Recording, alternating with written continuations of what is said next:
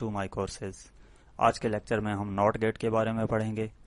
Not get ایک inverter ہے جس میں ہم اس کو جو بھی ان پٹ پرووائڈ کریں گے یہ اس کا اپوزٹ آؤٹ پٹ پروم کرے گا. ناٹ گیٹ کی تھیوری میں سب سے پہلے ہم ڈیفینیشن دیکھتے ہیں. ناٹ گیٹ میں ایک ہی ان پٹ اور ایک ہی آؤٹ پٹ یوز کی جاتی ہے. اگر ان پٹ 1 ہوگی تو آؤٹ پٹ 0 رہے گا اور اگر ان پٹ 0 ہے تو آؤٹ پٹ 1 ہوگا. ناٹ گیٹ کے لیے جو سمبل یوز کیا جاتا ہے وہ دکھایا گیا ہے جس میں اے ان پٹ ہے اور وائی آؤٹ پٹ ہے. Boolean equation Y equal to A bar. A bar کا مطلب یہ ہے کہ جو بھی آؤٹ پٹ آئے گی وہ ان پٹ اے کا انورس ہوگی. ٹروتھ ٹیبل ناٹ گیٹ کا اس میں ان پٹ اے 0 ہے تو وائی 1 ہے اور ان پٹ 1 ہے تو آؤٹ پٹ 0 ہے.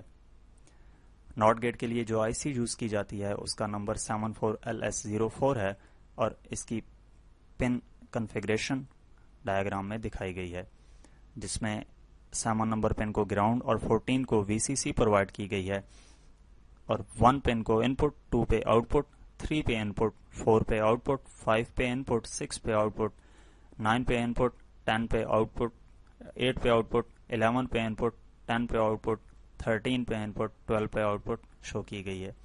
یعنی کہ ہم اس آئی سی کو یوز کرتے ہوئے 6 ناٹ گیٹ یوز کر سکتے ہیں. ایکسپیریمنٹ میں جانے سے پہلے آپ کو یہ بتاتے چلیں کہ آئی سی کی پن آئیڈینٹیفیکیشن کیسے کی جاتی ہے. آپ کوئی بھی آئی سی دیکھیں تو اس کے ایک طرف ایک نوچ یا ڈاٹ ہوتا ہے.